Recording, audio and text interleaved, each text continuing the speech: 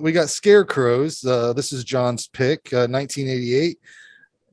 Summary for this film: criminals hijack a plane and force the pilot and his daughter to fly them to Mexico. However, an unexpected landing finds them in a cemetery inhabited by killer scarecrows. God, I love this movie. Directed by William Wesley, who did 2001's Route 666 with Lou Diamond Phillips and Lori Petty. That's the only credit I saw that sounded interesting, but it sounds really fucking interesting. It was good. It was good. I remember seeing it was good. I saw it. It was really good. Yeah. Yeah, and Lou Diamond Phillips, you should just end it there. Anything he's in is good, in my opinion. So yeah. He's a really good actor. Yeah, I'm a huge fan of his. Yeah, I do like a lot of bad things. Me too. That was a straight to VHS. He had a lot of those, though.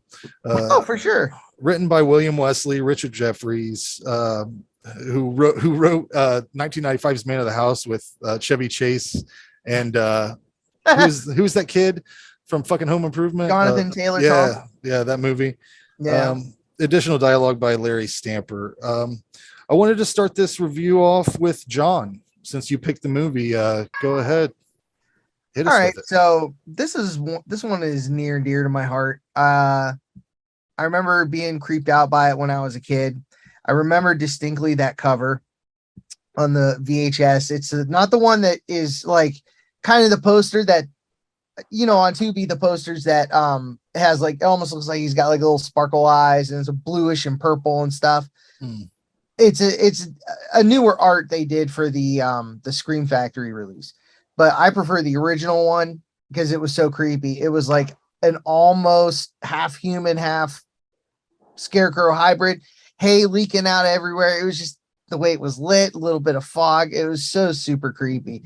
It's not hard to find. There's only 2 covers for it, and it was actually the flip side to that Blu-ray edition that came out. I can't remember when. I know exactly what you're talking about because as a child, I experienced this movie too, and I know exactly what you mean because I remember the box art with the weird hologram-looking scarecrow on it, and I remember being legitimately scared at this movie because the scarecrow people. I really did. Yeah, man. It was so campy. But when you're a kid, this stuff is really scary. Like when I was a kid, I thought this movie was really well done. Now watching it as an adult, it was so silly. But yeah, it's great. I love the original box art too. I'm a huge box art fan. And that one, the logo, even the original logo, I think it's on there. Oh crap, I don't have it. I don't have the disc with me. It's so cool. Even the A or at the very end, it's like it's all yellow, and then there's like an outline of a straw scarecrow. Good choice. Good choice. A, or I think he's making a part of a letter. It's probably an A, but I can't remember offhand. But it's a really cool piece of box art. Definitely eye-catching. I loved it. I watched it, and when I was just from a kid's perspective, I watched it, and I was like, all right, this is pretty creepy. But I didn't remember much. And then I didn't see it again until like I was in my 20s. A friend of mine had like the out-of-print DVD that was like real limited release. It wasn't out for long. And I think it was even the edited edition. I can't remember.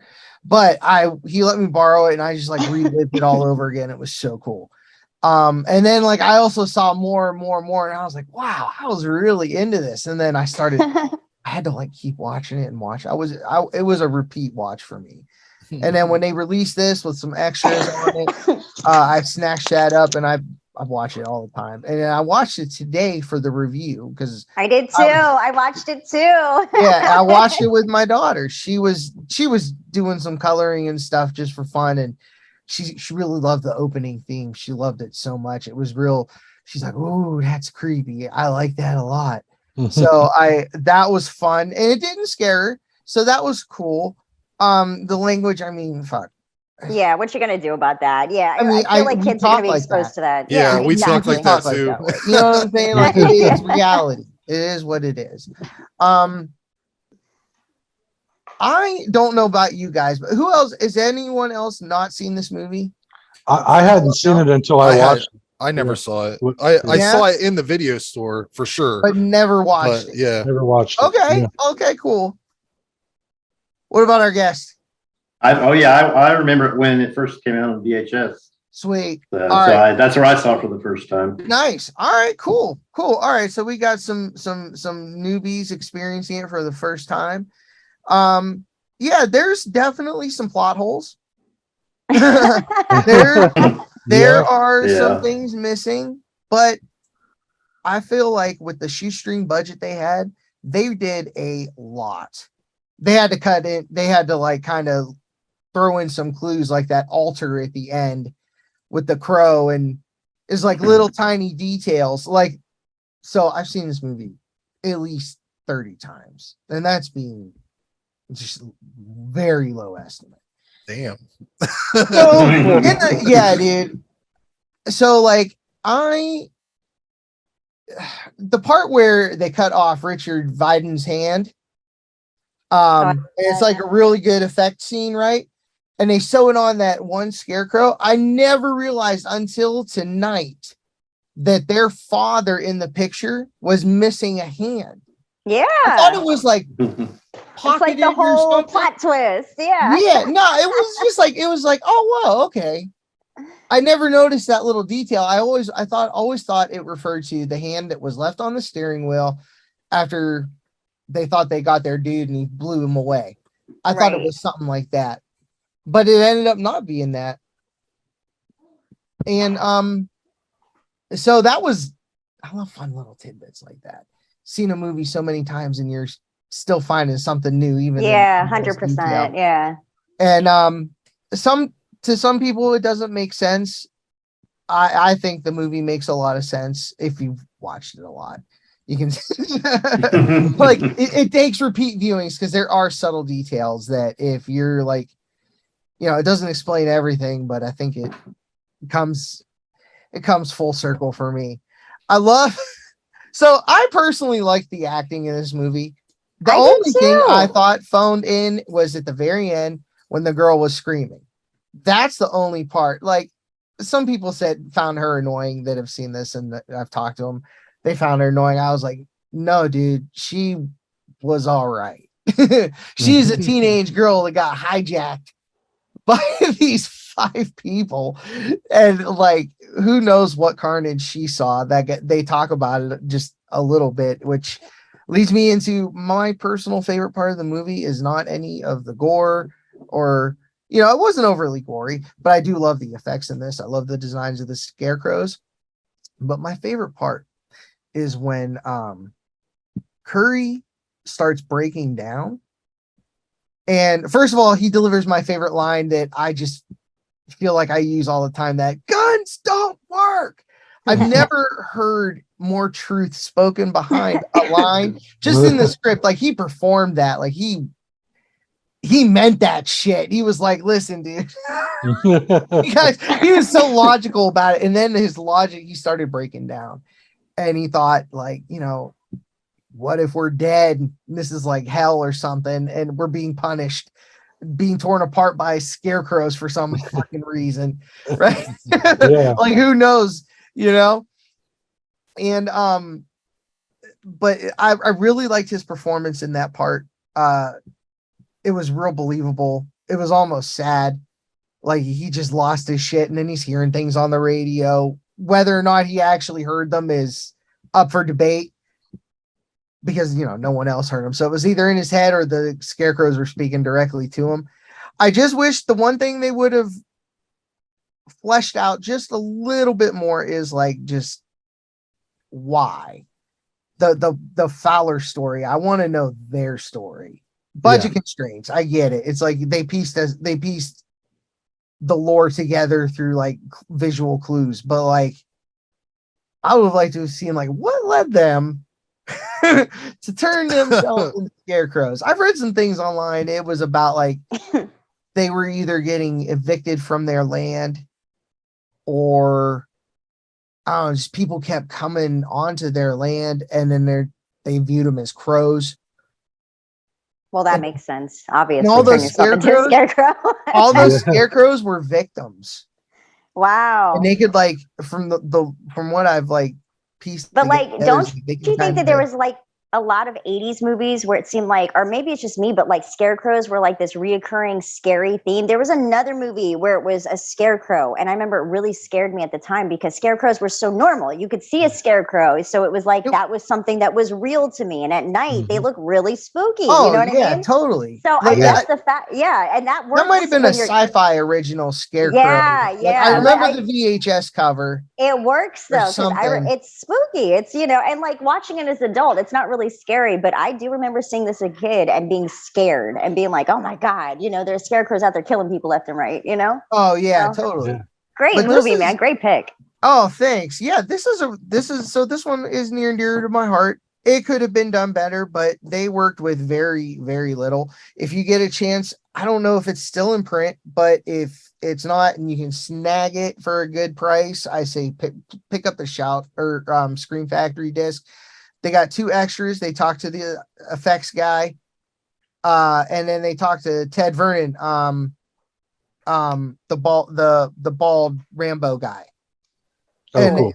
so, and it's real recent. Isn't that guy like a former boxer, former car? He wrestled. Something he like owned a that, car yeah. dealership. I read He's all an kinds actor. of weird Wow. shit about He's him. just like, yeah, he executive produced the movie. Yeah. Oh, I don't know Well, if wow. his money was behind this. I know I have notes about him somewhere in here. Yeah, Yeah. but I really enjoy this one. I love the tone of it. I love the music. The plot holes do not bother me. I do love the one at the beginning where dude throws the grenade and jumps out of the plane, and it's like a solid 30 seconds for that grenade to go off. Like that. I love that, and it was so quick at the end. So it's like, all right, they got lucky on that one. But this one, I give this one an 8 out of 10. It's super fun. If you haven't seen it, check it out. There's so many worse movies out there. That's true. Yeah. That's true. Like, this is a quality flick. The location, that shack was a real thing they found. Oh, wow. Like, they Jeez. talk about it. They said the environment was perfect except for the mosquitoes. They said like so many people got like just ate the hell up by the mosquitoes out there. That place was creepy in itself. So Yeah. So Yeah. they found an abandoned shack on a marsh, and they had everything they needed. They had a ready-made set. Everything was shot on location. Wow. That'll Like, save that's so us some cool. cash. Lisa, why don't you go next? I can't say enough good things about this movie. You know what I mean? Like, to me, it's such a great movie. I give it an 8. I think it's great. If you can overlook some of the plot holes and just go into it having a good time, like recapture your 10-year-old self and just have a great time with it. That to me is what I do when I watch movies like this. You know what I mean? Mhm. I'm not in it to, be convinced of, I don't need to know the backstory. I'm just having a good time. So yeah, I'm going to go with an 8, and I think it's a great choice. I love it. Yeah. Awesome. Right One of my favorites so far. Yeah. Sweet. Murr, do you have any thoughts? This is, I guess, my 3rd time around with this movie.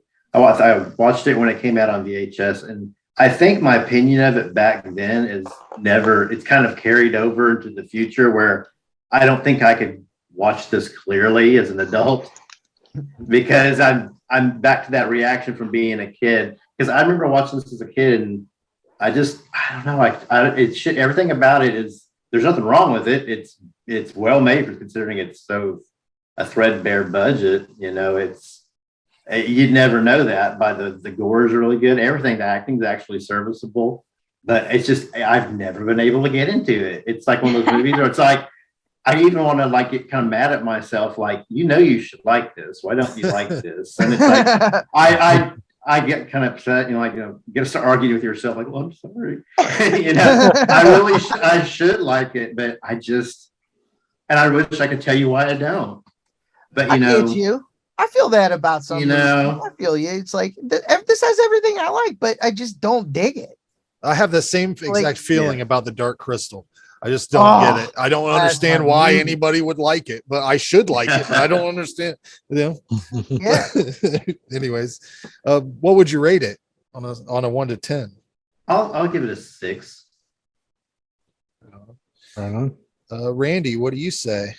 Well, like I said, I had never seen this before. I'd never even heard of it. And so I was excited to check out something new, old. You know what I mean? I love this is the time period where I got into horror too, in the 80s and 90s. So I was excited. I'm like, this is right up my alley. And I loved it. I thought it was great. I'm on board with you guys. I can't say enough good things about it. I thought Bert was the worst criminal ever, by the way. Just Totally. But I want to roll it back to something we mentioned earlier. You mentioned the budget, low budget. I looked it up because I was so impressed with it. The plane. This is all 80s. So if you're watching this and you're really young, you're used to a lot of CGI. This was a real plane of some sort. So I wanted to see how much the budget was actually $425,000. Okay. Wow. And it made $3 million over its run on theaters and VHS. And a lot of that was due to those, remember in the 80s where they would run those midnight screenings at drive-ins and stuff. Don't you miss those? How cool. Oh, I do. Yeah. And then the VHS came out and it made a ton of money back. So the guys did really well that put money into it. So that's a neat little thing. And a lot of the vehicles and all that stuff, like anything, like Ted Vernon owns a car lot and stuff. And I believe the plane, I could be wrong, but I felt like I remember him saying in one of the commentaries or something that it was it's his plane as well. Wow. I mean, it was just real. Yeah. Like he's known, he's like a dude down in South Florida. He has a nickname, right? What's his fucking nickname? Quick. He's got a nickname like Wolfman or something like that. Because he was a boxer. He was like a boxer. He owned a car lot. He was had a lot of money. I think the whole movie is just because he wanted to make a film. The photographer, what his like personal photographer for like a magazine was the director. He's like, hey dude, I got this movie. And he read the script. He's like, all right, let's do it. Yeah. Make it rain. Let's make a movie. I got stuff we can use, I know places. I love atmosphere. That's like one of my biggest things. And this thing from the get-go had a neat atmosphere to it. It felt fun and different. And I don't know, it has a unique feel to it, especially when they get to the cabin area itself. The whole place is so creepy. I mean, Frank and I probably partook in some cigarettes in areas a lot like that growing up as kids, and it's just very desolate and like nobody's around for miles, it's just crazy. And I loved the subplot with the money. That was cool. But yeah, I would have loved to have seen some more about these scarecrows in general. Like, clearly they're victims. I get what you're saying. There was somebody there that did this, and now every time they kill these people, it rolls back to everything stops until we get new victims again. Right? Mm-hmm. So I love that idea. I just wish I knew a little bit more about it. And there are some plot holes here and there, but there were so many great lines. I like you were talking about the acting. I had that as one of my cons on here. Some of the acting was a little shoddy, but I could overlook it because I had so much fun. For sure. The music in some parts was a little bit, I thought, out of place a little, but that opening was amazing. I thought that was great. But I mean, like, those are like nitpicks. The VFX were great, had an interesting story, and it was just a fun time. Like Lisa said, or Lisa Marie, is that what you like to be called? I'm sorry. Either way, just call me. I'm happy. Well, like you said, like, I just went back to being 10, man, and just enjoyed what it was. And after it was over, I actually said, that's a 7 out of 10. Good pick, Walmsley. So all right. That's awesome. Good job. Thank you. I'm glad. All right. We all loved it.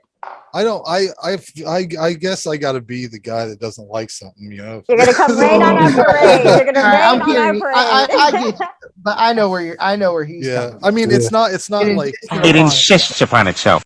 No, it does. This doesn't insist upon itself.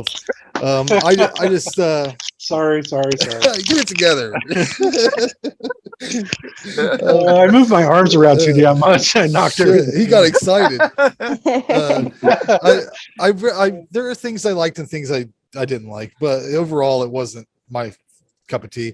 I really would like to experience the true field of vision involved with a 1988 pair of night vision goggles, because I can't assume that it was very easy to navigate the set with those. That guy should probably get a pat on the back for what he did there. But most of the time I didn't know if I was enjoying myself or not as I watched it, because it seemed like I was more just complacent. Like I was just there and I was not hating my time in this world.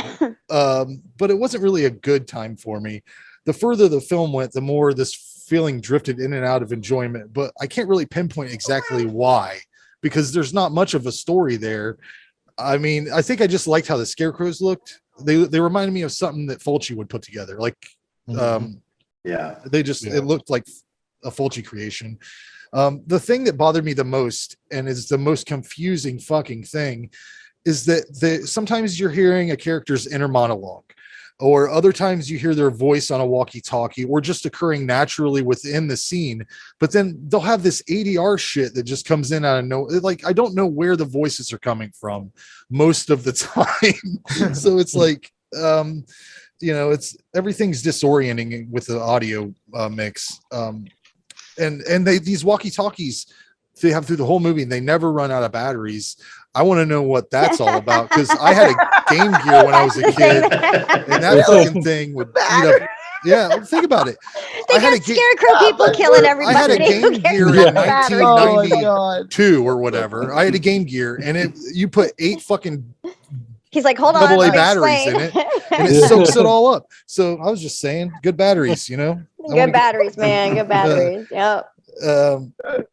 Yeah, I thought the effect shots are really the highlight of the film, but they're delivered with the intensity of an Easter egg hunt. Like it's not really more. There's like boring walkie-talkie walking around, not shooting anything. Scarecrow happens. Then more of the. I don't know. I think there's. I'm having a hard time not. I feel bad because John loves that so much, but good. No. This is not everyone's cup of tea. There's some really good punching sounds though. I love a good like biff, like a just a good biff sound, and they want to know where the money's at, and they got this dude and he's totally catatonic, and they're just biffing him and like beating the shit out of him.